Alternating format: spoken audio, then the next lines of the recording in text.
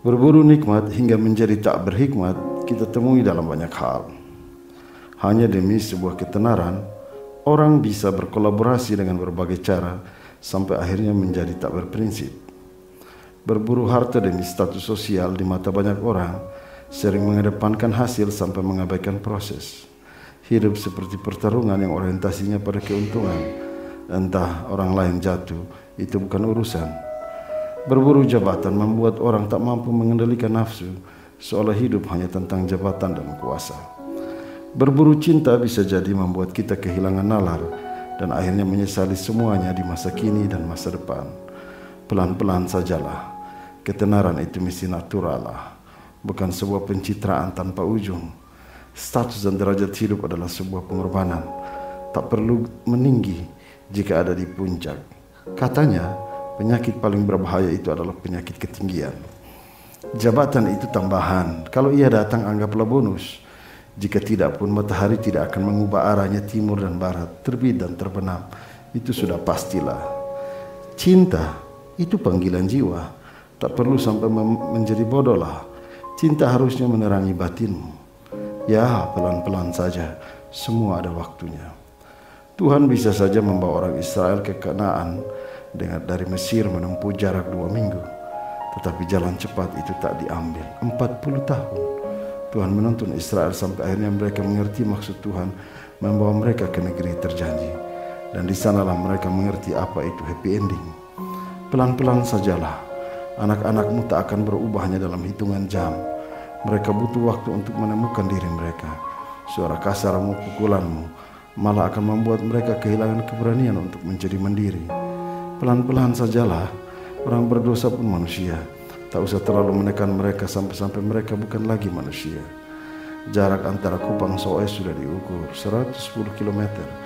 Tak harus memacu kendaraan seolah lupa bahwa anak istri suamimu sedang menanti di rumah. Itulah sebabnya Kosuke Koyama menyebut Allah yang berkecepatan 3 mil per jam. Dia mengandaikan 1 mil sama dengan 1,5 kilometer.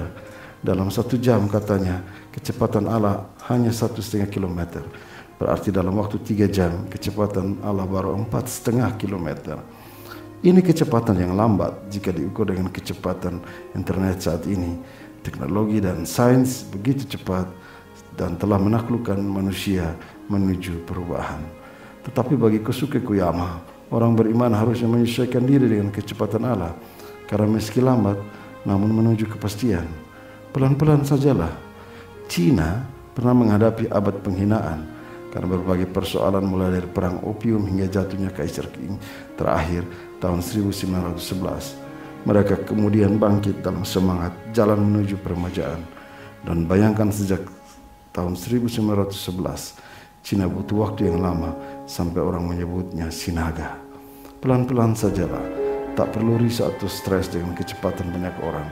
Engkau sendiri tahu kemana arah jalanmu. Tak usah terjatuh pada rayuan yang melambungkanmu, sebab kehidupan ini sudah memiliki jalannya sendiri. Dan Tuhan pada akhirnya tahu mana yang terbaik untukmu. Pelan-pelan sajalah, tak perlu sampai panik hanya karena ucapan dan penghinaan yang kau terima dari orang lain. Tak usah kecewa karena pandangan orang. Pelan-pelan sajalah, waktu juga akan menunjukkan siapa dirimu. Kepercayaan itu bisa hancur dalam sekejap mata. Namun hati yang tulus tak akan direbut oleh siapapun. Tak usah menjadi ciut hanya karena hujan tak cukup membasahi bumi. Sebab Tuhan sediakan tanaman yang tahan dalam kondisi apapun.